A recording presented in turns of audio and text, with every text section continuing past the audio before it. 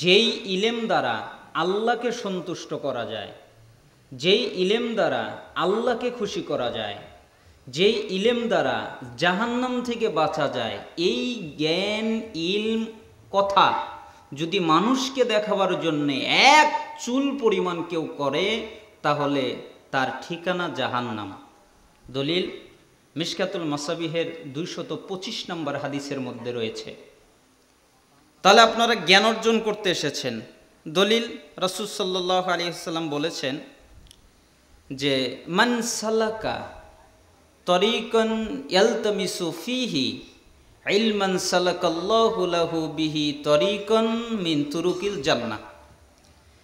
যে ব্যক্তি জ্ঞান অর্জন করার জন্যে, ইলম অর্জন করার জন্যে, কোরআন এবং হাদিস জানার জন্যে কোনো জায়গায় যায়, আল্লাহ তাআলা এর বিনিময়ে, আমার অনুবাদ বুঝবেন, আল্লাহ তাআলা তার বিনিময়ে জান্নাতের পথকে সহজ, সরল, সঠিক করে দেয়। আপনি যদি জান্নাতের পথকে সহজ করতে চান, আপনি যদি জান্নাতের পথকে সরল করতে চান, আপনি যদি জান্নাতের পথকে সঠিক করতে চান, তাহলে এমন জায়গায় আপনাকে যেতে হবে যেই জায়গায় জ্ঞান অর্জন করা যায়, ইলম অর্জন করা যায়। রাসূল সাল্লাল্লাহু আলাইহি ওয়াসাল্লাম এই বাক্য বলেছেন মিশকাতের 204 নম্বর হাদিসে মাঝখানের অংশে, মিশকাতের 212 নম্বর হাদিসে মাঝখানের অংশে, আর মিশকাতুল মাসাবিহের 220 নম্বর হাদিসে এসেছে মান খরজা ফি তলাবিল ইলম ফাহুয়া ফি সাবিলিল্লাহ হাত্তা ইয়ারজি। যে ব্যক্তি জ্ঞান অর্জন করার জন্যে বাড়ি থেকে বের হয়েছে, আমরা বাড়ি থেকে কি নিয়ত করে এসেছি? জ্ঞান অর্জন না। এই নিয়ত যে করেছে এটা বিশ্বাস হয় না। অধিকাংশ মানুষ এই নিয়ত করে নাই। অধিকাংশ মানুষ নিয়ত করেছে বাশার বিন হায়াত আসবে, চলো দেখে আসি। আকবর বিন আবেদ আসবে, চলো দেখে আসি। বাশার বিন হায়াত কেমন ওয়াজ করে, আকবর বিন আবেদ কেমন ওয়াজ করে, চলো দেখে আসি। এরকম নিয়ত বেশিরভাগ মানুষের। ইলম অর্জন করা বেশি নিয়ত নাই। ধরলাম কিছু মানুষের হয়তো আছে, তবে যদি কারো থাকে, নিয়ত যদি করেন নাই, আগেরটা ভুল হয়ে গেছে, এখন করেন যে একমাত্র ইলম অর্জন করার জন্য বসেছি। রাজি আছেন তো সবাই? ইলম অর্জন করবেন, রাজি আছেন? থাকবেন আমার সাথে?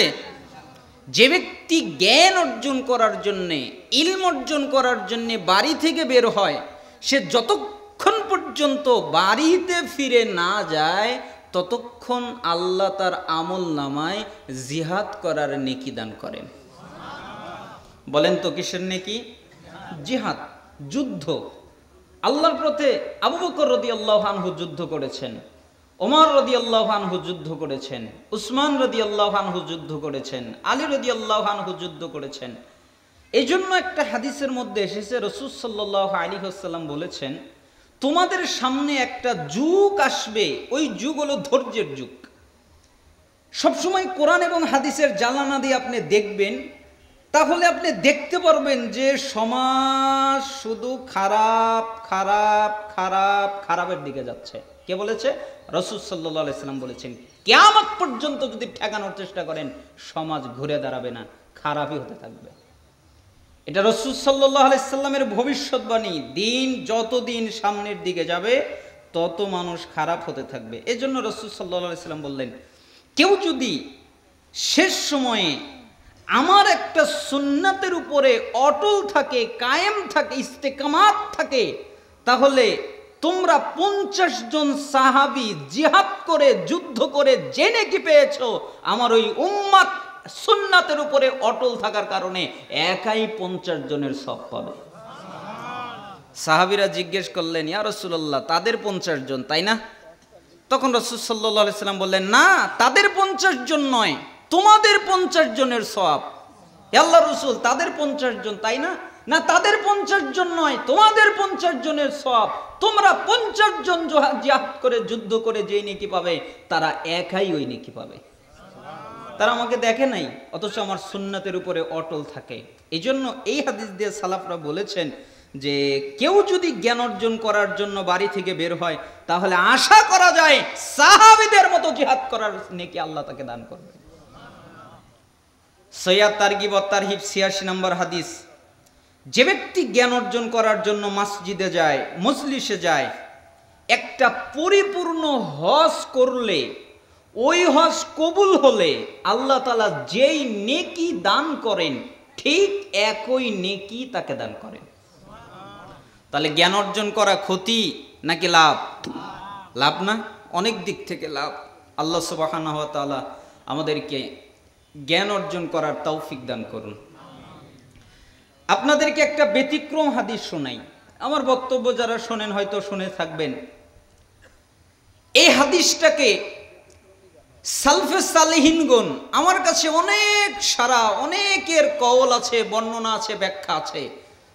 অধিকাংশ সাহাবায়ে কেরাম এবং অধিকাংশ তাবি, অধিকাংশ তাবে তাবি, অধিকাংশ ইমাম, অধিকাংশ মুস্তাহিদ এই হাদিস পড়ার ক্ষেত্রে অজ্ঞান হয়ে যেতেন। তাদের জ্ঞান থাকতো না, সেন্স হারিয়ে ফেলতেন, জ্ঞান হারিয়ে ফেলতেন।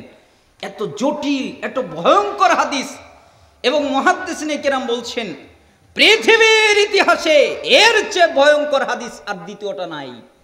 এত ভয়ঙ্কর হাদিস দ্বিতীয়টা আর নাই। এত জটিল, এত কঠিন, এই হাদিস শুনলেই মনে হয় জান্নাত হবে কি হবে না আশাই করা যায় না। এত জটিল হাদিস, এত কঠিন হাদিস তারা মনে করতেন।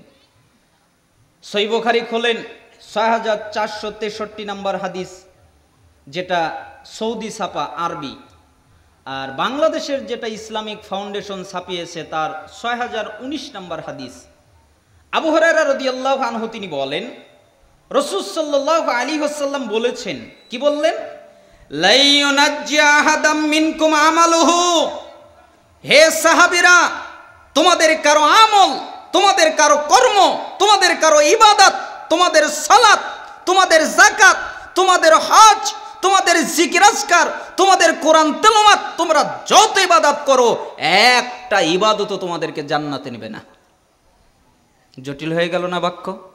সালাত আদায় করি জান্নাতে যাওয়ার জন্যে, যাকাত দেই জান্নাতে যাওয়ার জন্যে, আর রাসূল সাল্লাল্লাহু আলাইহি সাল্লাম নাকচ করলেন তোমাদের ইবাদত, তোমাদের কর্ম তোমাদেরকে জান্নাতে নেবে না। সাহাবীরা ভয় পেয়ে গেলেন, বলে কি আমরা জান্নাতে যাওয়ার জন্যই সালাত আদায় করি, জান্নাতে যাওয়ার জন্য যাকাত দেই, জান্নাতে যাওয়ার জন্যই এই সমস্ত ইবাদত করি, আর মুহাম্মদ সাল্লাল্লাহু আলাইহি সাল্লাম বললেন যাওয়া যাবে না, তাহলে কি হবে? তাই তারা ভয় পেয়ে রসুলকে জিজ্ঞেস করলেন, ওয়ালা আনতা ইয়া রাসূলুল্লাহ, হে আল্লাহর রসুল আপনিও কি?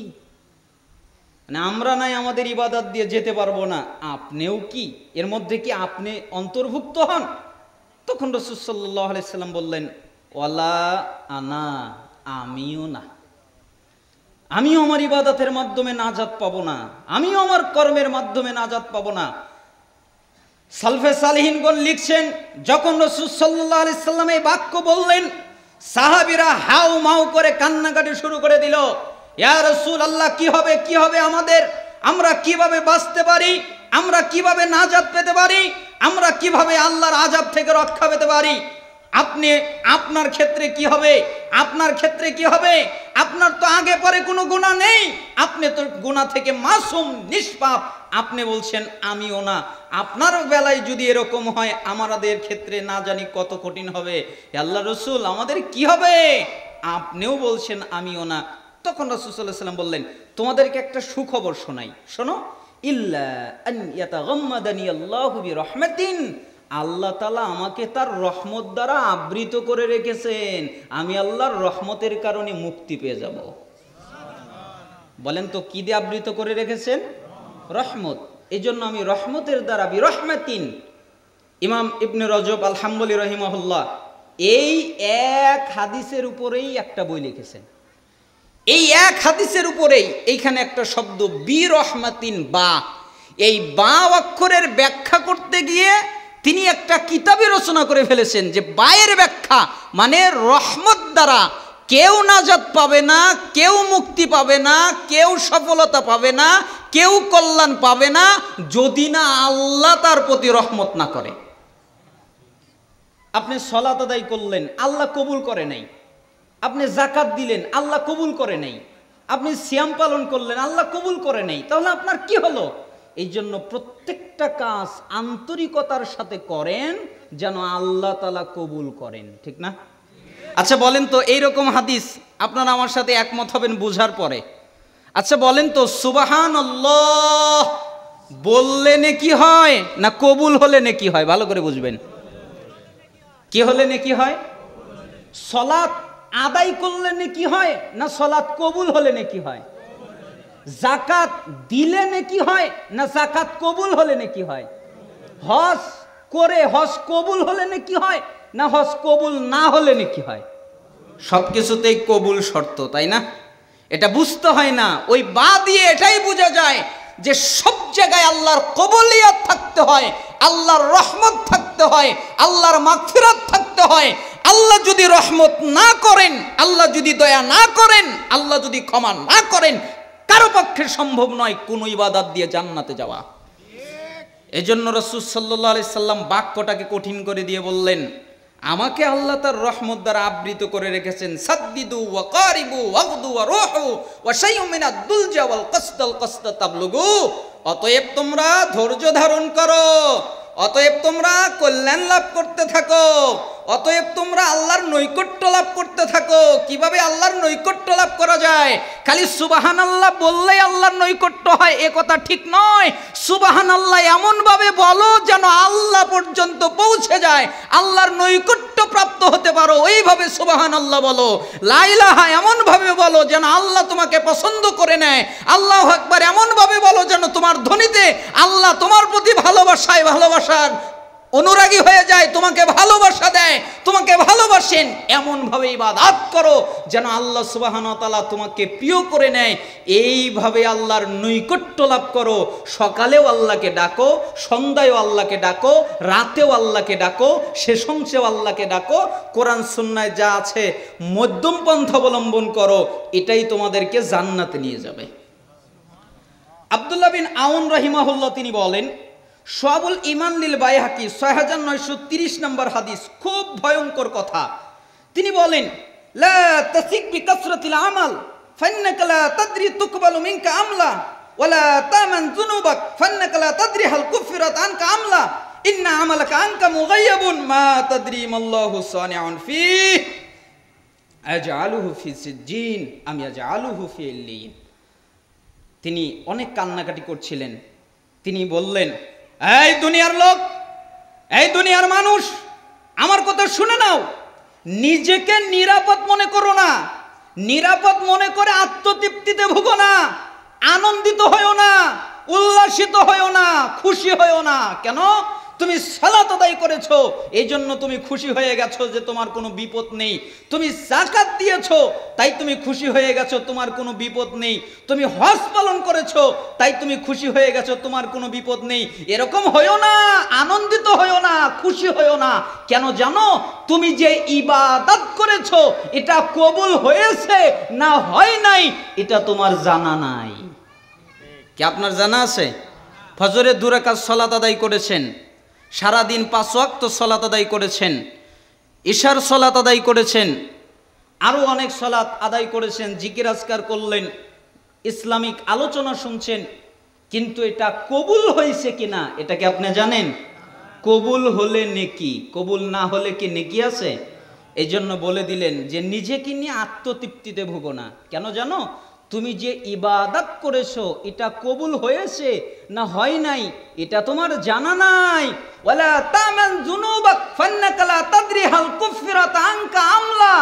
2, নিজের ব্যাপারে নিরাপদ মনে করো না। তুমি মনে করো না আমি নিরাপদ হয়ে গেছি। কেন?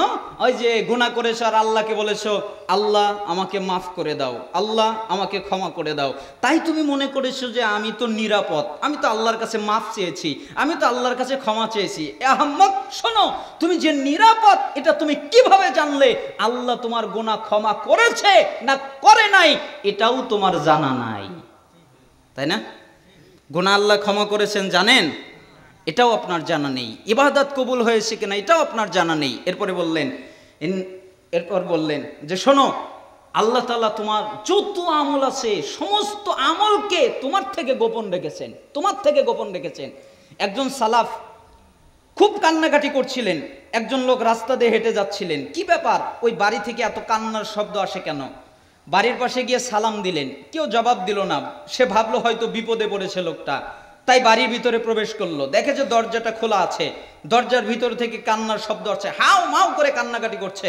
দরজাটা খুললেন, খুলে দেখে একটা লোক আসমানের দিকে দুই হাত উপরের দিকে দিয়ে খালি আল্লাহকে বলছে, হে আল্লাহ আমার কি হবে, হে আল্লাহ আমার কি হবে, আমার কোনো উপায় নেই, আমার কোনো বাঁচার পথ নেই, আমার কোনো উপায় নেই, আমার কোনো বাঁচার পথ নেই, আমার কি হবে, আমার এই ইবাদত দিয়ে আমি কিভাবে তোমার নৈকট্য অর্জন করতে পারি। এইভাবে কান্নাকাটি করতে করতে তার দাড়ি ভিজে গেছে, তার জামা বুকটা ভিজে গেছে, তার জায়নামাজে চোখের পানি গড়িয়ে বলছে। আমাকে দেখে কান্নাটা থেমে গেল, তাই আমাকে জিজ্ঞেস করলো, আপনি কে? আমি বললাম, আপনার কান্না শুনে আমি এসেছি। আপনি কাঁদছেন কেন? কয়, আমি কাঁদি কেন জানো? আখেরাত আল্লাহ আমার কাছ থেকে গোপন রেখেছেন, তাই আমি কাঁদি। তখন উনি বলেন, আপনি আবার বলেন কি আখেরাত গোপন? মানে জান্নাত কেমন আল্লাহ কোরআনে বলেছেন, হাদিসে বলেছেন, জাহান্নাম কেমন আল্লাহ কোরআনে বলেছেন, হাদিসে বলেছেন, আর আপনি বলেন গোপন, এটা হতে পারে? তখন ওই লোকটা ওই লোকের বুকের উপরে একটা ধাক্কা দিয়ে বলছেন, এই বলো, তুমি যে সকালবেলা ফজরের সালাত আদায় করেছো, তুমি যে রাতে সালাত আদায় করেছো, বলো এটা কবুল হয়েছে কিনা? কয়, আমি তো জানি না। আরে আমিও তো হতভাগা, আজ কতদিন ধরে আল্লাহর ইবাদত করি, কিন্তু জানি না আমার ইবাদত কবুল হয়েছে কিনা, তাই তো আমি কাঁদি। এটাই তো গোপন, আসলটাই তো আমার জানা নাই। যদি আল্লাহ আমাকে বলে দিতেন যে 2 রাকাত সালাত আদায় করেছে কবুল, টিক চিহ্ন দিয়ে দিলাম, যেরকম শিক্ষকরা দিয়ে দেয়, আজকে তুমি উপস্থিত, টিক চিহ্ন দেওয়া হলো, এরকম আল্লাহ যদি দিয়ে দিতেন আর আমি নিজের চোখে দেখতে পারতাম, তাহলে আমার কোনো ভয় থাকতো না। কিন্তু আমি তো দেখতে পাচ্ছি না, আমার কাছে তো গোপন আছে, তাই আমি কান্নাকাটি করছি। এজন্য আব্দুল্লাহ বিন তিনি বললেন যে আমল গোপন আছে, আল্লাহ তোমাকে জানতে দেবেন না। তুমি কি ইল্লিনে যাবে, জান্নাতে যাবে, না সিজ্জিনে যাবে, এটা তোমার জানা নাই। অতএব নিজেকে নিরাপদ মনে করো না। তাহলে কি নিজেকে নিরাপদ মনে করার সুযোগ আছে? আপনারা কি আমার কথা বুঝতে পারতেছেন? একটু কঠিন হলেও বুঝে নিন। এরপরে মুআজ ইবনুল জাবাল রাদিয়াল্লাহু আনহুর একটা কথা মনে পড়ে গেল। এটা মাজমাউজ জাওয়ায়েদের 11785 নম্বর হাদিসের মধ্যে এসেছে, লাম্মা আন হাদরাতুল মাউতু বাকা। একদিন মুআজ ইবনুল জাবাল রাদিয়াল্লাহু অনেক কান্নাকাটি করলেন। ফাকালা লাহু মা ইবুকিকা, কিছু সাহাবায়ে কেরাম তার কাছে আসলেন, এরপরে বললেন, মুআজ জি আপনি কাঁদেন কেন, কিসের জন্য কাঁদেন, আমরা তো বুঝতে পারতেছি না। তখন তিনি বললেন, আল্লাহি লা আবকি জাযাআম মিনাল মাউত ওয়ালা দুনিয়া উখল্লিফুহা বাদি। শোনো, আমার দুনিয়া চলে গেছে, দুনিয়া নিয়েও আমি কাঁদছি না, দুনিয়ার আমার কোনো চিন্তা নাই, আমাকে যে মৃত্যুবরণ করতে হবে, আমি যে মরে যাব, এই চিন্তাও আমার নাই, মরণের চিন্তাও নাই, দুনিয়ার চিন্তাও নাই, সম্পদের চিন্তাও নাই, টাকা পয়সার চিন্তা নাই, অর্থ সম্পদের চিন্তা নাই, আমার কিছুরই চিন্তা নাই। কাঁদেন কেন? কাঁদি কেন জানো? ওয়ালাকিন্নী সামিয়তু রাসূলুল্লাহ সাল্লাল্লাহু আলাইহি ওয়াসাল্লাম ইয়াকুল, আমি আল্লাহর নবীকে বলতে শুনেছি, তিনি বলেছেন, ইন্নামা হুমা কবদাতান, আদম সন্তানের যত রূহ আছে আল্লাহর 2 মুষ্টিতে ভাগ করা আছে। ফাকাবদাতুম ফিন নার ওয়া কাবদাতুম ফিল জান্নাহ, একটা মুষ্টি যাবে জান্নাতে, আরেকটা মুষ্টি যাবে জাহান্নামে, একটা যাবে জান্নাতে, আরেকটা যাবে জাহান্নামে। ওয়ালা আদরি ফি আইয়িল কবদাতাইনি আকুনু, আমি মুআজ ইবনুল জাবালের জানা নাই আমি জান্নাতেরটাই না জাহান্নামেরটাই, আমি জান্নাতেরটাই না জাহান্নামেরটাই, এটা আমি জানি না, তাই আমি কাঁদছি। মুআজ ইবনুল জাবাল জানেন না তিনি কোথায় যাবেন, তো আপনি কি জানেন কোথায় যাবেন? এই জন্য মাতব্বরি দেখায়েন না, এই জন্য এত গর্ব দাপট এগুলো করে সমাজে উশৃঙ্খলভাবে চালচলন করার চেষ্টা করিয়েন না। কেন? আপনার জানা নেই আল্লাহ তাআলা আপনাকে কোথায় নিবেন। এজন্য সব আমলের সাথে কি লাগবে? আল্লাহর রহমত। আবার বলেন, সব আমলের সাথে কি লাগবে? আল্লাহর রহমত, আল্লাহর দয়া। আল্লাহর দয়া এবং রহমত প্রত্যেকটা ইবাদতের সাথে লাগবে। আল্লাহ সুবহানাহু ওয়া তাআলা যেন আমাদেরকে এই হাদিস অনুযায়ী আমল করার তৌফিক দান করেন এবং আমাদের প্রত্যেককে আল্লাহ সুবহানাহু ওয়া তাআলা সঠিক সুন্দরভাবে এই আত্মশুদ্ধিমূলক কথা অনুযায়ী আমাদের নিজেদেরকে নিরাপদ যেন আমরা মনে না করি, সেই তৌফিক আল্লাহ যেন আমাদেরকে দান করেন। বলেছিলাম কয়েকটি হাদিস অনুবাদ করার ইচ্ছা পোষণ করেছি, আর কয়েকটি নসিহাত আপনাদেরকে জরুরিভাবে দুইটি নসিহাত দিতে চাচ্ছি। এই দুইটা নসিহাত যদি আপনারা স্বাভাবিক পরিচিত জানা, কোরআন এবং হাদিসে যা আছে সবই তো জানা, তাই না? সব কিছুই জানা না? জানা। রাসূল সাল্লাল্লাহু আলাইহি সাল্লাম বলেছেন, ইমামরা বলেছেন, আলেমরা বলেছেন, খুতবায় আলোচিত হয়, বক্তব্যে আলোচিত হয়। এই জন্য নতুন কিছু নয়, কোরআন এবং হাদিসে যা এসেছে তাই। তার থেকে দুটি নসিহত। একটা হচ্ছে, আপনার জীবনে কোনো দিন কোনো অবস্থায় যে কোনো পরিস্থিতিতে পড়ে যান না কেন, শিরিক করবেন না। বলেন তো কি করবেন না?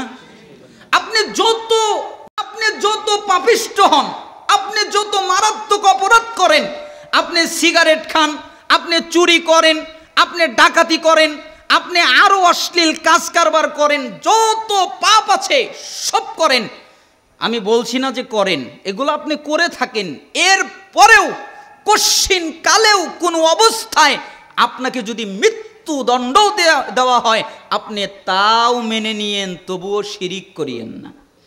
কি করবেন না? শিরিক। কেন? রাসূল সাল্লাল্লাহু আলাইহি সাল্লাম বলেছেন, ওয়ালা তাশরাবান্না খামরান, এবং কি তিনি আরও বলেছেন যে তোমরা কখনো শিরিক করবা না। কেন? তোমাদেরকে যদি আও কুতিলতা আও হুররিকতা, তোমাদেরকে যদি হত্যা করা হয় তবুও না, তোমাদেরকে যদি আগুনে জ্বালিয়ে দেওয়া হয় তবুও না। আগুনে আপনি জ্বলে যাবেন, আপনার জন্য আগুনে জ্বলে যাওয়া অনেক ভালো। এই মাঠের পুরুষ মহিলা ভালো করে শোনেন, আগুনে জ্বলে যাওয়া আপনার জন্য অনেক ভালো।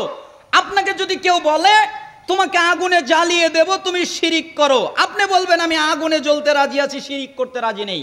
আপনাকে যদি কেউ বলে আপনাকে গুলি দিয়ে, রাইফেল দিয়ে, বোমা দিয়ে উড়িয়ে দেওয়া হবে, আপনি বলেন তাই করো, এতে কোনো ক্ষতি নেই, কিন্তু আমি আল্লাহর সাথে শিরিক করতে চাই না। কেন?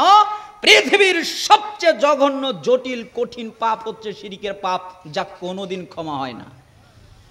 যেই পাপ কোনোদিন ক্ষমা হয় না, মানুষ যদি শিরিক করা অবস্থায় মৃত্যুবরণ করে, তাহলে তাকে শিরিক থেকে বাঁচানোর, বের করার দ্বিতীয় কোনো পথ পৃথিবীতে নাই। অবশ্যই সে জাহান্নামে জ্বলবে চিরস্থায়ীভাবে, তওবা না করে যদি মারা যায়। এজন্য আল্লাহ সুবহানাহু ওয়া তাআলা অনেকগুলো আয়াতে উল্লেখ করেছেন। যেমন আপনি যদি সূরা আনামের ৮২ নম্বর আয়াত পড়েন, আল্লাহ তাআলা বলেন, আল্লাযীনা আমানু ওয়া লাম ইয়ালবিসু ঈমানাহুম বিযুলমিন উলাইকা লাহুমুল আমনু ওয়া হুম মুহতাদুন। নিশ্চয়ই যারা ঈমান এনেছে এবং তাদের ঈমানকে জুলুমের সাথে মিশায় নাই, জুলুম মানে শিরিক করে নাই, শিরিকের সাথে তাদের ঈমানকে মিশায় নাই, এদের জন্য নিরাপত্তা এবং এরা হলো হিদায়াত প্রাপ্ত। তার মানে যারা শিরিক করে না, শিরিক থেকে বেঁচে থাকে, তারা দুনিয়ায় আল্লাহর পক্ষ থেকে নিরাপত্তা পায় এবং মৃত্যুর পরেও আল্লাহর পক্ষ থেকে তারা নিরাপত্তা পায়। অর্থাৎ দুনিয়ায় নিরাপত্তার জন্য যা দরকার আল্লাহ সব ব্যবস্থা করে দেয়, এবং মৃত্যুর পরে নিরাপত্তা পাওয়ার জন্য যা দরকার আল্লাহ সুবহানাহু ওয়া তাআলা সমস্ত ব্যবস্থা করে দেয়।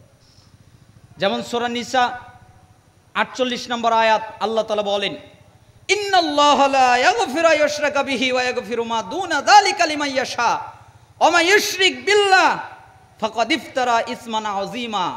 নিশ্চয়ই যে ব্যক্তি আল্লাহর সাথে শিরিক করে, আল্লাহ তাআলা শিরিকের পাপ ক্ষমা করে না, শিরিকের পাপ মাফ করে না, শিরিকের পাপ ক্ষমা করে দেন না। এছাড়া যত পাপ আছে, পৃথিবী ভর্তি পাপ করেছে, আল্লাহ তা দেখে না। যত পাপ আছে, কিন্তু শিরিকের পাপ ক্ষমা হয় না। এছাড়া যত পাপ আছে আল্লাহ তাআলা যাকে চায় তাকে ক্ষমা করে দেয়। আর যে ব্যক্তি আল্লাহর সাথে শিরিক করে, সে মহাপাপ রচনা করে, মহাপাপ তৈরি করে, মহাপাপ আবিষ্কার করে, মহাপাপ বানিয়ে নেয়। কে? যে আল্লাহর সাথে শিরিক করে। আল্লাহ তাআলা বলেন, ইন্নাল্লাহা লা ইয়াগফিরু আইয়ুশরাকা বিহি ওয়া ইয়াগফিরু মা দুনা যালিকা লিমান ইয়াশা ওয়া মা ইউশরিক বিল্লাহ ফাকাদ দাল্লা দালালাম মুবিনা। নিশ্চয়ই যে ব্যক্তি আল্লাহর সাথে শিরিক করে আল্লাহ তাআলা শিরিকের পাপ ক্ষমা করে না। এছাড়া যত পাপ আছে আল্লাহ যাকে চায় তাকে ক্ষমা করে দেয়। নিশ্চয়ই যে ব্যক্তি আল্লাহর সাথে শিরিক করে সে পথভ্রষ্ট হয়ে গেল, সে গোমরা হয়ে গেল, সে হিদায়েত থেকে ছিটকে পড়ে গেল, সে হিদায়েতের মধ্যে নেই, হিদায়েতের উপরে অটল নেই। হিদায়েত থেকে পড়ে গেল কে? যে ব্যক্তি আল্লাহর সাথে শিরিক করে। এই জন্য আপনাকে আমি বলতে চাই, পৃথিবীতে যত পাপ আছে আপনি এত ডেঞ্জারাস মনে করিয়েন না যত ডেঞ্জারাস শিরিকের পাপ। কেন? শিরিকের পাপ নিয়ে যদি আপনি কবরে যান আপনার বেঁচে থাকার কোনো পথ নাই। আল্লাহ সুবহানাহু ওয়া তাআলা দেখেন নবীদেরকে উল্লেখ করে সূরা আনামের ৮৮ নম্বর আয়াতের মধ্যে 18 জন নবীর নাম এক এক করে উল্লেখ করলেন। এরপরে বললেন ওয়ালাউ আশরাকু লাহাবিতা আনহুম মা কানু ইয়ামালুন। এই 18 জন নবীর একজনও যদি শিরিক করে তাহলে আমি তাদের আমলকে ধূলিসাৎ করে দিব, বাতিল করে দিব, বরবাদ করে দিব। তার মানে 18 জন নবীর একজনও শিরিক করতে পারে না। আল্লাহ তাআলা আমাদের নবীকে মুহাম্মদ সাল্লাল্লাহু আলাইহি সাল্লামকে সূরা জুমারের 65 নম্বর আয়াতে কঠিন ধমক দিয়ে বলেন, হে মুহাম্মদ লাইন আশরাকতা লা ইয়াহবাতান্না আমালুক ওয়া লা তাকুনান্না মিনাল খাসিরিন। হে মুহাম্মদ, আপনি যদি শিরিক করেন, আপনি যদি শিরিককারীদের অন্তর্ভুক্ত হন, আপনি নবীও যদি শিরিক করেন, আপনি রাসূলও যদি শিরিক করেন, আপনি মুহাম্মদও যদি শিরিক করেন, আপনার যত আমল আছে আমি আল্লাহ বরবাদ করে দিব, আমি আল্লাহ বাতিল করে দিব, আর আপনি নবী হয়ে যাবেন ক্ষতিগ্রস্তদের অন্তর্ভুক্ত। তার মানে মুহাম্মদ সাল্লাল্লাহু আলাইহি সাল্লাম শিরিক করতে পারে না, অনুমতি নাই। আমরা কি শিরিক করতে পারি? শিরিক জটিল এবং কঠিন পাপ। শুধু তাই নয়, শিরিক করলে তার উপরে জান্নাত চিরতরে হারাম হয়। ইন্নাহু মায়ুশরিক বিল্লাহ ফাকাদ হারামাল্লাহু আলাইহিল জান্নাহ ওয়া মাওয়াহুন নার ওয়া মা লিয-যালিমিনা মিন আনসার। নিশ্চয়ই যে ব্যক্তি আল্লাহর সাথে শিরিক করে আল্লাহ তাআলা তার জন্য জান্নাত হারাম করে দেন, তার উপরে জান্নাত চিরতরে হারাম, তার ঠিকানা হলো জাহান্নাম। আরে হলো জালেম, এর কোনো সাহায্যকারী নাই, এর কোনো সহযোগিতাকারী নাই। সে কোনো সাহায্যকারী পাবে না, সে কোনো সহযোগিতাকারী পাবে না। কে? যে শিরিক করে। তাহলে কি শিরিক করা যাবে? আপনারা কি বুঝলেন? শিরিক করা যাবে? কোনোভাবে শিরিকের সাথে আপোষ করা যাবে? আর শিরিক আপনার বাপ করে মারা গেছে, আপনার দাদা করে মারা গেছে, আপনার মা করে মারা গেছে, আপনার ভাই করে মারা গেছে, আপনার বোন করে মারা গেছে, আপনার স্ত্রী করে মারা গেছে, আপনার সন্তান করে মারা গেছে, আপনি তাদের জন্য দোয়া পর্যন্ত করতে পারবেন না। কেন? তাদের জন্য দোয়া করা হারাম। মা কানা লিন নবী ওয়াল্লাযিনা আমানু ইস্তাগফিরু লিল মুশরিকিন। ঈমানদার যারা আর মুমিন যারা, তাদের জন্য জায়েজ নয় মুশরিকদের জন্য ক্ষমা প্রার্থনা করা। তার মানে শিরিক কত জটিল পাপ। আপনি যদি এই পাপ নিয়ে মারা যান আপনার জন্য কেউ দোয়া করতে পারে না, আল্লাহকে বলতে পারে না আল্লাহ একে একটু মাফ করে দাও, আল্লাহ একে একটু ক্ষমা করে দাও। এই দোয়া করাটাই হারাম। তাহলে শিরিক কত জটিল পাপ। এই জন্য আপনাকে আমি উপদেশের একটা উপদেশ দিলাম, জীবন চলে যাবে, নিহত হয়ে যাবেন, মরে যাবেন, বুলেট বোমার আঘাত খাবেন, তবু আপনি সয়ে নেবেন, তবু আল্লাহর সাথে শিরিক করা যাবে না। আরেকটি পাপের সাথে কখনো আপোষ করবেন না, সেটা যে কোনো মূল্যে, যে কোনো অবস্থায়, যে কোনো মুহূর্তে, যখন সালাতের ওয়াক্ত হবে অবশ্যই সালাত আদায় করবেন। আপনি মদের বারে গিয়েছেন, ওখান থেকে বের হয়ে সালাত আদায় করবেন। আপনি নারী নিয়ে গেছেন কোনো রুমে, ওখান থেকে বের হয়ে সালাত আদায় করবেন। আপনি যত পাপের মধ্যে ডুবে থাকেন না কেন তবু আপনি সালাত আদায় করবেন। কেন? ওই সালাত আপনাকে ওই পাপ থেকে বিরত করবে, পাপ থেকে বের করে আনবে। যত নাপাক, যত অশ্লীলতা, যত শয়তানি আছে সবগুলো থেকে সালাত আপনাকে বের করে নিয়ে আসবে। এই জন্য যে কোনো মূল্যে সালাত আদায় করবেন। কেন? যারা সালাত আদায় করে না তারা মুসলমানই না। যারা সালাত আদায় করে না ওরা কি না? মুসলমান না। আপনি রফলি দান করেন বা না করেন এ নিয়ে আপনার সাথে আমার তর্ক হচ্ছে না। আপনি যদি রফলি দান করেন, সুন্নাত করলেন, এর জন্য আলাদা নেকি পাবেন। আপনি যদি রফল ইদাইন না করেন আপনার সালাত নষ্ট হবে না। আপনি যদি জোরে আমিন বলেন এর জন্য আলাদা নেকি পাবেন। আপনি যদি জোরে আমিন না বলেন আপনার সালাত বাতিল হবে না। কিন্তু আপনি যদি সালাত আদায় না করেন, আপনি যদি সালাত আদায় না করেন, আপনি মুসলমান নয়, আপনি ইমানদার নয়, আপনি বেঈমান, আপনি কাফের, আপনি মুশরিক, আপনি ইসলাম থেকে বহু দূরে। ইসলামে আপনার কোনো জায়গা নেই। দলিল মুসলিম 82 নম্বর হাদিস, ইন্না বাইনার রাজুল ওয়া বাইনা শিরক ওয়াল কুফ তারকুস সালাহ। নিশ্চয়ই একটা ব্যক্তি, একটা কাফের, একটা মুশরিক, এদের মধ্যে পার্থক্য হলো সালাত। বাইনাল কুফরি ওয়াল ঈমান তারকুস সালাহ। নিশ্চয়ই একটা ঈমানদার আর একটা কাফের, এদের মধ্যে পার্থক্য হলো সালাত। যারা ঈমানদার তারা সালাত আদায় করে, যারা ঈমানদার নয় তারা সালাত আদায় করে না। এটা কার ফতোয়া? রসুলের ফতোয়া। রাসূল সাল্লাল্লাহু আলাইহি সাল্লাম বলে দিলেন, স্পষ্ট করে বলে দিলেন, এমনকি যারা সালাত আদায় করে না ওরা শিরিককারী, ওরা শিরিক করে। ইবনে মাজার 1080 নম্বর হাদিসে রাসূল সাল্লাল্লাহু আলাইহি সাল্লাম বলেছেন, লাইসা বাইনাল আবদ ওয়াশ শিরক ইল্লা তারকুস সালাহ ফাইজা তারাকাহা ফাকাদ আশরাক। নিশ্চয়ই একটা ব্যক্তি, একটা কাফের, একটা মুশরিক, এদের মধ্যে পার্থক্য হলো নামাজ। যারা সালাত আদায় করলো না, সালাত তরক করলো, সালাত ছেড়ে দিল, ফাকাদ আশরাক, তারা অবশ্যই শিরিক করলো। সালাত আদায় না করলে কি করলো? তাহলে রাসূলের ফতোয়ায় নামাজ না পড়লে ইমানদার থাকা যায়? এখন মনে হয় আপনাদের একটু কষ্ট হচ্ছে, তাই না? আমি কিন্তু এককভাবে আপনাকে গালি দেইনি, আমি সবাইকে ইঙ্গিত করে বলেছি যারা সালাত আদায় করে না তারা এইরকমই। হাদিসে এসেছে তাই আমি আপনাকে বলে দিলাম, আমার নিজের থেকে বলার কোনো অনুমতি নাই। এজন্য সাহাবায়ে কেরাম আব্দুল্লাহ বিন মাসউদ রাদিয়াল্লাহু আনহু তিনি বলেন, মান তারাকাস সালাহ ফালা দীন আলাহু। যারা সালাত আদায় করে না তাদের দিন ধর্ম নাই। তিনি আরো বলেন, মাল্লাম ইউসাল্লি ফালা দীন আলাহু। যারা সালাত আদায় করে না তাদের দিন নাই। আলী রাদিয়াল্লাহু আনহু বলেন, মান তারাকাস সালাহ ফালা দীন আলাহু। ওয়াফি রিওয়ায়াতিন মান তারাকাস সালাহ ওয়াফি রিওয়ায়াতিন মাল্লাম ইউসাল্লি ফাহুয়া কাফিরুন। যারা সালাত আদায় করে না ওরা হলো কাফের। আবু দারদা রাদিয়াল্লাহু আনহু বলেন, লা ঈমানা লিমান লা সালাত লাহু। ওই ব্যক্তির ঈমান নেই যেই ব্যক্তি সালাত আদায় করে না। এই ব্যক্তি যতই দাবি করুক আমি ঈমানদার, এই লোকটা ঈমানদার নয়। উমর ইবনুল খাত্তাব রাদিয়াল্লাহু আনহু বলেন, লা হাজ্জা ফিল ইসলাম লিমান তারাকাস সালাহ। উমর ইবনুল খাত্তাবের একটা কাহিনী মনে পড়ে গেল, বললে আপনাদের কষ্ট হবে। একটা কাহিনী মনে পড়ে গেল। কেমন কাহিনী? আপনারা তো জানেন উমর ইবনুল খাত্তাব রাদিয়াল্লাহু আনহুকে হত্যা করা হয়েছিল সালাতের মধ্যে। কোন সালাত? ফজরের সালাত। কেন ওই ঘাতক ফজরের সালাতটাকে ইঙ্গিত করলেন? কারণ জানে যে ফজরের সালাত অন্ধকার থাকে, তাহলে হত্যা করলে কেউ দেখবে না, এটা একটা সুবর্ণ সুযোগ। আবার দেখলো যে ফজরের সালাত অনেক লম্বা কিরাত দিয়ে পড়া হয়, তাহলে অনেক সময় পাওয়া যাবে, এটা একটা সুযোগ।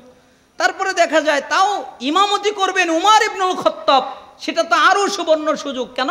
উমর ইবনুল খাত্তাব রাদিয়াল্লাহু আনহুর সালাতের ভিতরে মন এত বসে যায় দুনিয়ার আর কোনো খবরই থাকে না, তাহলে তো আরও সহজ হয়ে যাবে।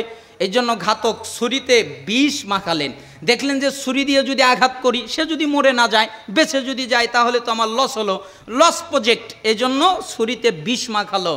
এরপরে মুসল্লির বেশ ধরে প্রথম কাতারে উপস্থিত হলো। তারপরে যখন ফজরের সালাত শুরু হয়ে গেল, এক রাকাত শেষ, আর এক রাকাতের জন্য পড়ার জন্য উঠেছেন, তখন ওই ঘাতক ছুরি দিয়ে পেটের ভিতরে বারবার আঘাত করেছেন। ওমর ইবনুল খাত্তাব রাদিয়াল্লাহু আনহু ঠাস করে জমিনে পড়ে গেছেন। পিছন থেকে আরেকজন সাহাবী এসে বাকি সালাত আদায় করালেন। ওই ঘাতক চলে যেতে গিয়ে আরও অনেকজন সাহাবীকে আহত করেছিলেন। ওমর ইবনুল খাত্তাব রাদিয়াল্লাহু আনহুকে নিয়ে যাওয়া হলো। অনেকক্ষণ পরে জ্ঞান ফিরে পেল। আমরাও তো হসপিটালে অনেকে যাই না? আমাদের অনেককে অপারেশন করা হয়, জ্ঞান হারানো হয়, জ্ঞান হারিয়েই তো অপারেশন করা হয়।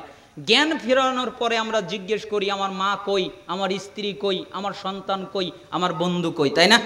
যার কাছে যে আপন তার কথা সে জিজ্ঞেস করে। এইরকম ভাবেই ওমর ইবনুল খাত্তাব রাদিয়াল্লাহু আনহু প্রথম বাক্যটা জ্ঞান ফেরার পরেই জিজ্ঞেস করলেন, সাহাবীরা, আল্লাহর নবীর সাহাবীরা, জি সালাত কি হয়ে গেছে? বলেন তো কি জিজ্ঞেস করেছে? সালাত কি হয়ে গেছে? তিনি জানেন আমি 1 রাকাত পড়েছি, আর 1 রাকাত তো পড়ি নাই, সালাত কি হয়ে গেছে?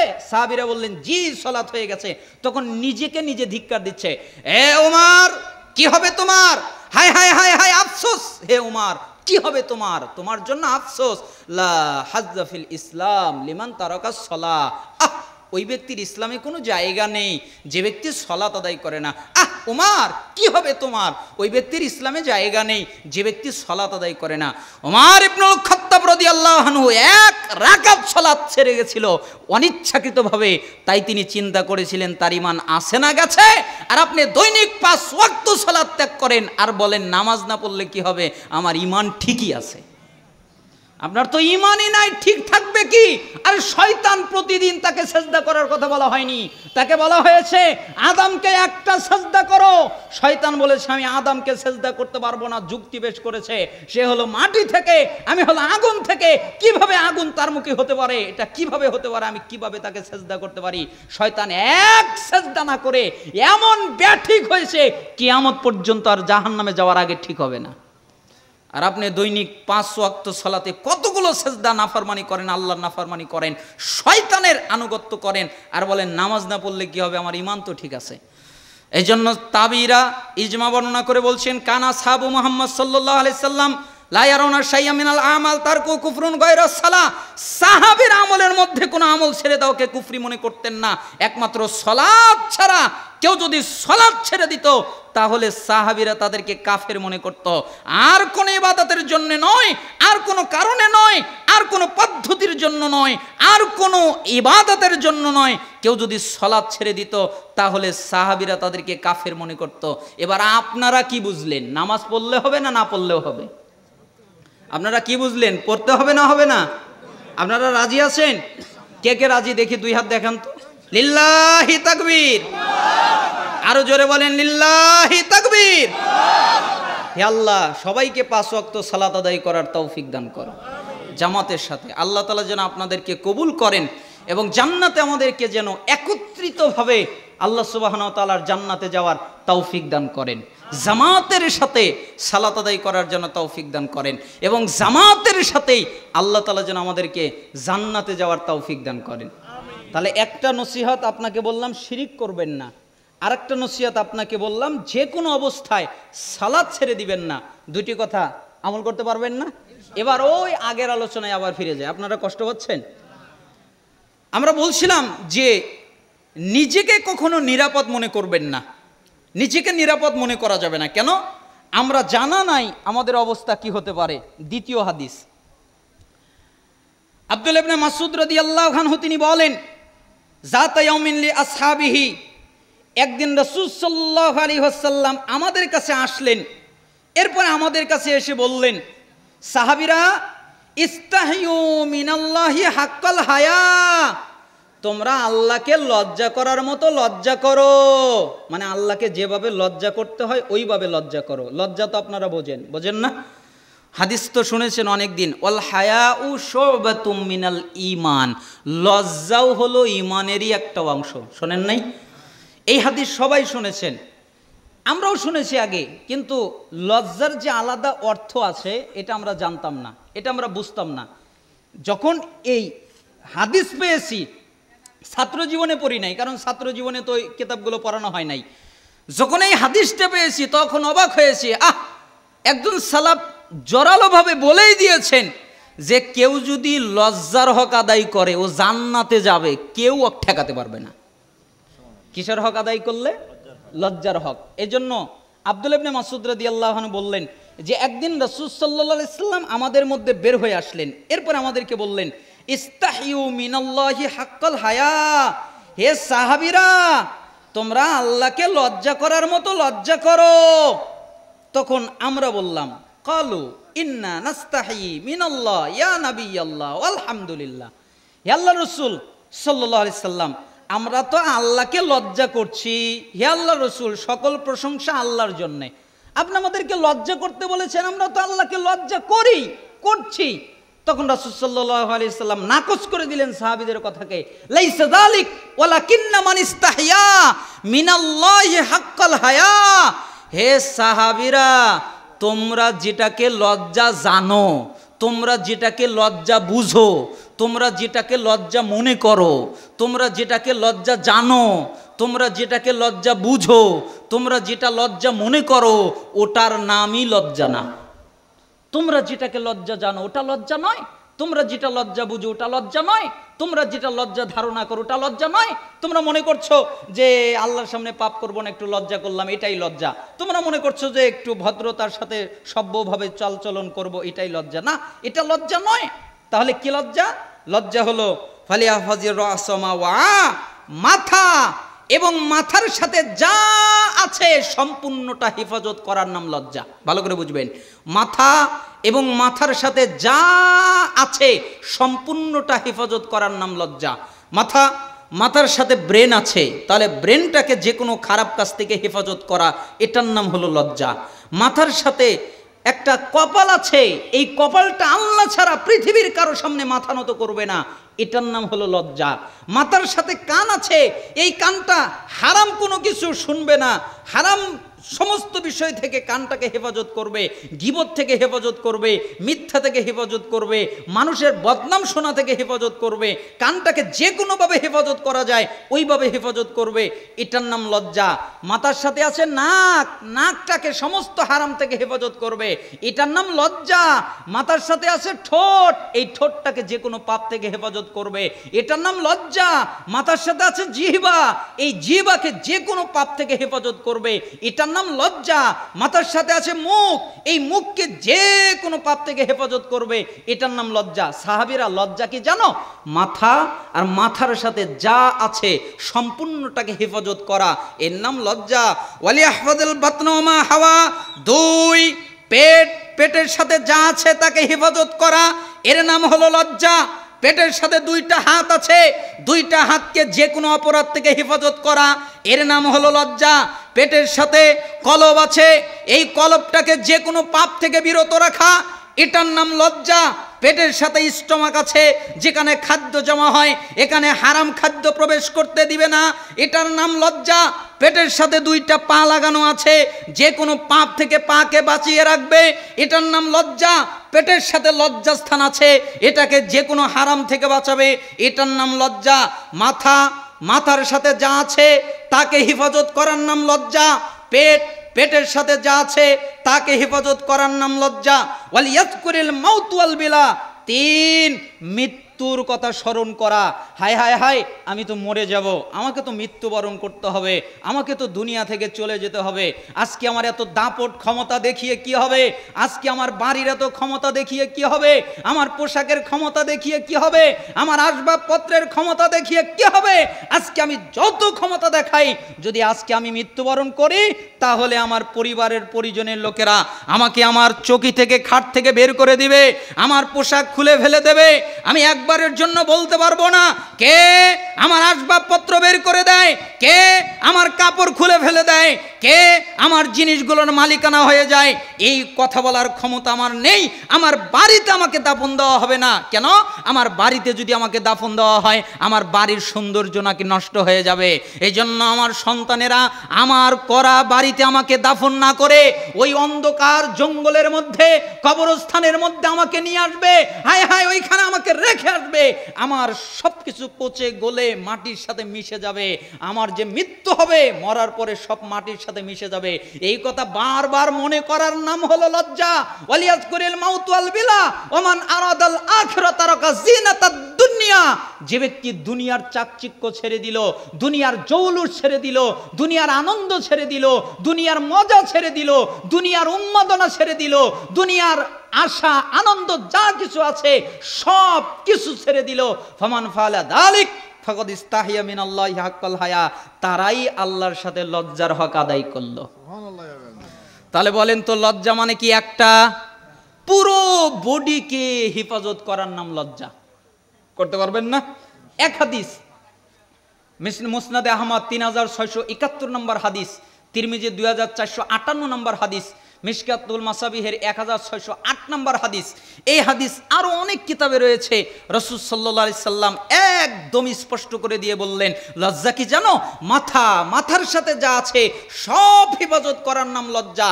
পেটের সাথে যা আছে সব হেফাজত করার নাম লজ্জা, মরার পরের চিন্তা করার নাম লজ্জা, হাড়গোড় পচে গলে যাবে মাটির সাথে মিশে এই চিন্তা করার নাম লজ্জা, দুনিয়ার চাকচিক্য ছেড়ে দেওয়া, দুনিয়ার আনন্দ ছেড়ে দেওয়া, দুনিয়ার জৌলুস ছেড়ে দেওয়া, এর নাম লজ্জা।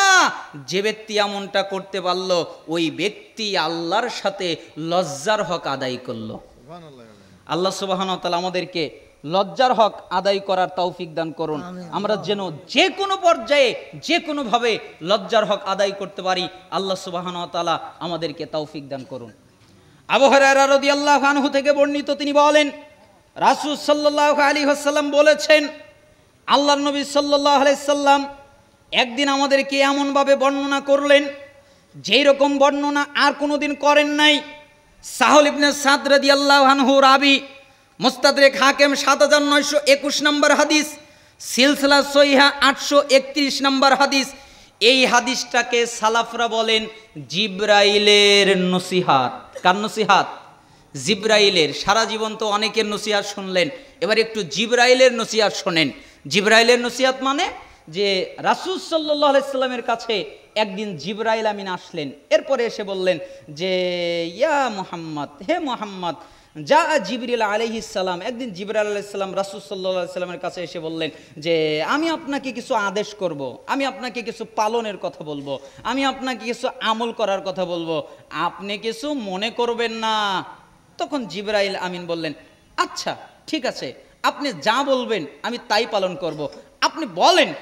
তখন জিবরাইল আমিন বললেন আমি বলতে গিয়ে কিন্তু কঠোর ভাষা অবলম্বন করব, অনেক শক্ত ভাষা অবলম্বন করব, অনেক জটিল কঠিনভাবে আপনাকে বলবো, আপনি কিছু মনে করবেন না। তখন রাসূল সাল্লাল্লাহু আলাইহি সাল্লাম বললেন আচ্ছা ঠিক আছে, আপনি শক্ত ভাষাই বলেন, আমি কিছু মনে করব না। তখন জিবরাইল আমিন বললেন ইয়া মুহাম্মদ, হে মুহাম্মদ, ইসমা শিতা ফাইন্নাকা মাইতুন, শোনেন, আপনি যতদিন খুশি জীবন যাপন করেন, কোনো নিষেধ নেই। আপনাকে জীবন যাপন করার জন্য কেউ নিষেধ করে নাই, আল্লাহও নিষেধ করেননি, আমিও নিষেধ করছি না, কোনো নিষেধ নাই। কিন্তু মনে রাখেন হে নবী মুহাম্মদ, আপনি মৃত্যুবরণ করবেন। রাসূল সাল্লাল্লাহু আলাইহি সাল্লাম কি করবেন? মৃত্যুবরণ করবেন। আচ্ছা আপনারা কি বেঁচে থাকবেন না মারা যাবেন? আমাদের মরতে হবে না, হবে না? এই বাক্য দিয়ে রাসূল সাল্লাল্লাহু আলাইহি সাল্লাম সমস্ত উম্মতকে বোঝালেন। জিবরাইল আমিন রাসূল সাল্লাল্লাহু আলাইহি সাল্লামের সমস্ত উম্মতকে, আল্লাহ তাআলার প্রত্যেক বান্দাকে বোঝালেন যে পৃথিবীর সবচেয়ে দামি মানুষ, যার থাকার অনুমতি আল্লাহ সুবহানাহু ওয়া তাআলা দিয়েছিলেন, আপনি ইচ্ছা করলে দুনিয়ায় থাকতে পারেন, ইচ্ছা করলে চলে আসতে পারেন। মুহাম্মদ সাল্লাল্লাহু আলাইহি সাল্লাম আল্লাহর সাক্ষাৎটাকে পছন্দ করলেন। সেই নবী মুহাম্মদ সাল্লাল্লাহু আলাইহি সাল্লাম তাকে বলছেন আপনি যতদিন খুশি জীবন যাপন করেন, কিন্তু মনে রাখেন হে নবী আপনিও মারা যাবেন। তার মানে নবী যদি মারা যায়, আমরা কি চিরস্থায়ীভাবে কেউ বেঁচে থাকবো? কারো পক্ষে বেঁচে থাকা সম্ভব? সম্ভব নয়। ইয়া মুহাম্মদ, হে মুহাম্মদ, ওয়া হাবিব মান আহাবাবতা ফাইন্নাকা মাফারিকুহু, আপনি শুনে রাখেন, যার সাথে খুশি বন্ধুত্ব করেন, কোনো অসুবিধা নাই, কোনো নিষেধাজ্ঞা নাই। আপনার বন্ধু যে কেউ হতে পারে, ভালো মানুষ আপনার বন্ধু হতে পারে, খারাপ মানুষ আপনার বন্ধু হতে পারে, আপনি বন্ধু বানাতেই পারেন, যে কাউকে বানাতে পারেন। কিন্তু মনে রাখেন যেদিন আপনি চলে যাবেন, আপনার বন্ধু আপনাকে রেখে চলে যাবে, আপনি আপনার বন্ধুকে রেখে চলে যাবেন, আপনাকে একাই কবরে যেতে হবে। আপনার বন্ধুদের কেউ আপনার সাথে কবরে যাবে না, আপনিও আপনার কোনো বন্ধুর সাথে কবরে যাবেন না। ঠিক না? না আপনারা কি মনে করেন আমাদের বন্ধুরা যাবে? আমাদের টাকা, আমাদের পয়সা, আমাদের অর্থ, আমাদের সম্পদ, আমাদের এত জাঁকজমকপূর্ণ যা কিছু আছে, এগুলো কি আমরা কেউ কবরে নিয়ে যেতে পারবো? এটা আমাদের পক্ষে সম্ভব? কোনোভাবেই সম্ভব নয়। এই জন্য রাসূল সাল্লাল্লাহু আলাইহি সাল্লামকে জিবরাইল আমিন এ কথা বললেন। এর ওয়ামাল মা শিতা ফাইন্নাকা মাজজিয়ুন বিহি, হে আল্লাহর নবী সাল্লাল্লাহু আলাইহি সাল্লাম, আপনি যা খুশি কাজ করেন, তার মানে আপনি যে কোনো কাজ করতে পারেন, আপনার স্বাধীনতা আছে। আল্লাহ সুবহানাহু ওয়া তাআলা প্রত্যেকটা মানুষকে স্বাধীনতা দিয়েছে। ইচ্ছা করলে পাপ করতে পারে, ইচ্ছা করলে ভালো করতে পারে, ইচ্ছা করলে নেকির কাজ করতে পারে, ইচ্ছা করলে অপরাধের কাজ করতে পারে, ইচ্ছা করলে জিনা করতে পারে, চুরি করতে পারে, ডাকাতি করতে পারে, আবার উল্টা ভালো কাজ করতে পারে, সালাত আদায় করতে পারে, যাকাত দিতে পারে, আরও যত ভালো ইবাদত আছে এগুলো করতে পারে। ইচ্ছা করলে যা মনে চায় তাই করতে পারে। কিন্তু নবী আপনি মনে রাখেন, আপনাকে একদিন আপনার রবের সামনে খাড়া হতে হবে, দণ্ডায়মান হতে হবে। অতএব ওই দিনের জন্য সাবধান। আচ্ছা, আপনারা কি মনে করেন দাঁড়াতে হবে না? হবে না? আমরা তো মনে করি যে আমাদের দাঁড়াতেই হবে না। ইবনে মাসউদ রাদিয়াল্লাহু আনহুর কথা মনে পড়ে গেল যে মানুষ কেন যে এত নিরাপদ এটা মনেই আসে না।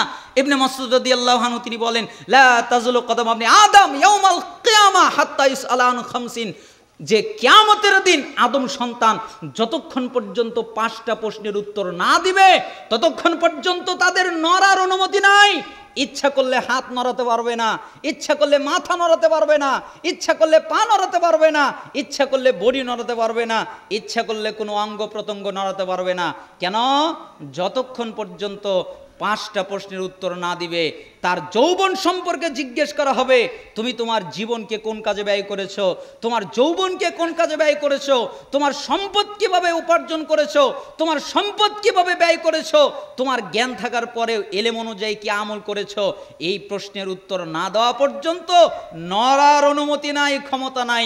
এই জন্য আপনাকে আমি বিশেষভাবে বলতে চাই, আল্লাহর সামনে দাঁড়ানো ভয় করেন। আল্লাহর সামনে দাঁড়ানোকে ভয় করতে হবে না? না আপনারা কি বলেন, করতে হবে না? হবে না? এখান থেকে আমরা বুঝলাম যে নিজেকে কখনোই নিরাপদ মনে করবেন না। কেন? আপনি জানেন না আপনার ইবাদত কবুল হয়েছে না হয় নাই। নিজেকে কখনোই নিরাপদ মনে করবেন না। কেন? আপনার তওবা কবুল হয়েছে না হয় নাই এটাও আপনার জানা নাই। সব সময় আল্লাহর নৈকট্য লাভ করার চেষ্টা করবেন, আল্লাহকে সন্তুষ্ট করার চেষ্টা করবেন, আল্লাহকে খুশি করার চেষ্টা করবেন, যেন আল্লাহ তাআলা আপনার ইবাদতটাকে কবুল করে নেন। এখান থেকে আমরা আরেকটা শিখলাম, লজ্জা যে কোনো মূল্যে পুরো বডিকে আপনি হেফাজত করার চেষ্টা করবেন। আল্লাহ তাআলা যেন আমাদের লজ্জা পালন করার তৌফিক দান করেন। এখান থেকে আমরা আরেকটা শিখলাম, জিবরাইল আমিন রাসূল সাল্লাল্লাহু আলাইহি সাল্লামকে কি কি নসিহত করলেন। এখান থেকে আমরা শিখলাম যে কোনো মূল্যে শিরিকের সাথে আপোষ করা যাবে না। এখানে আমরা আরও শিখলাম যে কোনো বিনিময়ে 5 ওয়াক্ত সালাত জামাতের সাথে আদায় করতেই হবে। আল্লাহ তাআলা আমাদেরকে তৌফিক দান করুন। হে আল্লাহ, আমাদের যারা অসুস্থ তাদের শিফায়ে কামেলা আজেলা দান করেন, আমাদের যারা অভাবী তাদেরকে অভাব থেকে অব্যাহতি দান করেন, আমাদের যারা ঋণী তাদেরকে ঋণ থেকে রক্ষা করেন, আমাদের যে যে মুসিবতে আছে সেই মুসিবতে থেকে আমাদেরকে পানা মঞ্জুর করেন। আল্লাহ, আপনি আমাদের দুনিয়ায় কল্যাণ দান করেন, আপনি আমাদের আখিরাতে কল্যাণ দান করবেন এবং আপনি আমাদেরকে জাহান্নামের আযাব থেকে রক্ষা করবেন। হে আল্লাহ, ফিলিস্তিনের মাটিতে মুসলমানদেরকে আপনি হেফাজত করেন, তাম পৃথিবীর সমস্ত মুসলমানদেরকে আপনি হেফাজত করেন। আল্লাহ, আপনি আমাদের বাংলাদেশকে ইসলামিক রাষ্ট্র হিসেবে কবুল করেন, আমাদেরকে ইসলামিক রাষ্ট্র নেতা দান করেন। আমাদের বাংলাদেশে আমাদের সংবিধান কোরআন আমাদেরকে উপহার হিসেবে দান করেন। আল্লাহ, আমরা পুরুষ নারী যারা উপস্থিত হয়েছি আমাদের প্রত্যেককে কোরআন এবং সুন্নাহ অনুযায়ী নিজের জীবন বাস্তবায়ন করার তৌফিক দান করেন। আসসালামু আলাইকুম। ওয়ালাইকুম আসসালাম। সঠিক পদ্ধতি কি বিস্তারিতভাবে জানালে আমরা সকলেই বিষয়টির সম্পর্কে অবগত থাকব। আপনাদের এলাকায় কিভাবে হয় এটা তো আমার জানা নেই, তবে সঠিক পদ্ধতি হচ্ছে খুতবা পাঠ করবেন, তারপরে মেয়ে আসতে হবে না। মেয়ের কি করতে হবে না? অনেক এলাকায়, আমাদের এলাকায় চালটা প্রায় দেখা যায় যে এক পাশে মেয়ে বসে আর এক পাশে ছেলে বসে, তারপরে একবার মেয়ের কাছ থেকে বলে তুমি কবুল বলো, তারপরে আবার ছেলের কাছে এসে বলে তুমি কবুল বলো, তাই না? এরকম রেওয়াজ দেখা যায়, কিন্তু তা নয়। মেয়ের কাছ থেকে বাপ অনুমতি নিয়ে আসবে। মেয়ে চুপ থাকলেও অনুমতি, মেয়ে হ্যাঁ বললেও অনুমতি। মেয়ের অনুমতি নিয়ে এসে ওই বাপ ওই ছেলের কাছে যেই দেনমোহর টাকায় বিবাহ ধার্য হয়েছে তার বিনিময়ে বিবাহ দিয়ে দেবেন, আর ছেলে কবুল গ্রহণ করলাম একবার বললে হয়ে যায়, 2বার 3বার বলাতে কোনো অসুবিধা নাই। ইসলামী শরিয়াতে স্ত্রীকে তালাক দেওয়া, তালাকপ্রাপ্ত স্ত্রীকে গ্রহণ করার সঠিক বিধান কি? ইসলামী শরিয়াতে স্ত্রীকে যেভাবে তালাক দিতে বলা হয়েছে সেভাবেই তালাক দিতে হবে। 3 পবিত্র অবস্থায় 3 তালাক। আপনি এক বৈঠকে একবারে মেরে দিলেন 24-50 যা আছে, তাহলে কিন্তু হলো না। এটা জুলুম করলেন শরিয়াতের উপরে। আপনাকে শরিয়াতের উপরে জুলুম করার অধিকার কে দিল? আপনি শরিয়াতের উপরে জুলুম করলেন, আপনি ওই মেয়েটার উপরে জুলুম করলেন, আপনি আরো অনেকগুলো বিধানের উপরে জুলুম করলেন। এই জন্য 3 পবিত্র অবস্থায় 3 তালাক। যদি 3 পবিত্র অবস্থায় 3 তালাক হয়ে যায় তাহলে তাকে আর ফেরত নেওয়ার কোনো বিধান নাই, যদি অন্য জায়গায় বিবাহ হওয়ার পরে স্বামী মারা না যায় অথবা ওই জায়গায় তালাক না হয়, নিতে পারে না। এছাড়া 1 তালাক 2 তালাক হয়ে গেলে আবার পুনরায় নিতে পারে, এতে কোনো অসুবিধা নেই। আল্লাহ সুবহানাহু ওয়া তাআলা আমাদেরকে কবুল করুন। আসসালামু আলাইকুম ওয়া রাহমাতুল্লাহ। পরপর কিন্তু হতে হবে, মধ্যে বাদ দিয়ে হবে না। আহলে হাদিস কেন ইসলামী জামাতকে সাপোর্ট করে না? কি বিড়াল পালন করাতে নেকি আছে কিনা? এক প্রশ্ন কি হলো? বিড়াল পালন করতে পারেন, এতে কোনো অসুবিধা নেই। আহলে হাদিস কেন ইসলামী জামাতকে সাপোর্ট করে না? আহলুল হাদিস তারা কোরআন এবং সুন্নাহর রাজনীতিকে সাপোর্ট করেন। এখন তো একটা বই বের হয়েছে, তাই না? রাজনীতির বই তো ছিল না, সারাই রাজনীতি। ডক্টর আবু বকর মোহাম্মদ জাকারিয়া পড়বেন। রাসূল সাল্লাল্লাহু আলাইহি ওয়াসাল্লাম যেভাবে ইসলামের জন্য জিহাদ করেছে সেভাবে জামাত ইসলামীরা মাঠে ময়দানে, আপনি কার সাথে কি মেলাচ্ছেন? কোন ইমাম যদি বলে আমি যেদিন সম্মিলিত মোনাজাত করব আপনারাও মোনাজাত করবেন, পাঠ হলে আমি এত ক্ষমতা তার, এত ক্ষমতা আমাদের, এত ক্ষমতা নেই। কোরআন এবং সুন্নায় যা আছে আমরা তার উপরেই সন্তুষ্ট, রাসূলের চেয়ে আমরা বেশি মাতব্বরি করতে চাই না। আল্লাহ সুবহানাহু ওয়া তাআলা আমাদের কবুল করুন। আসসালামু আলাইকুম ওয়া রাহমাতুল্লাহ।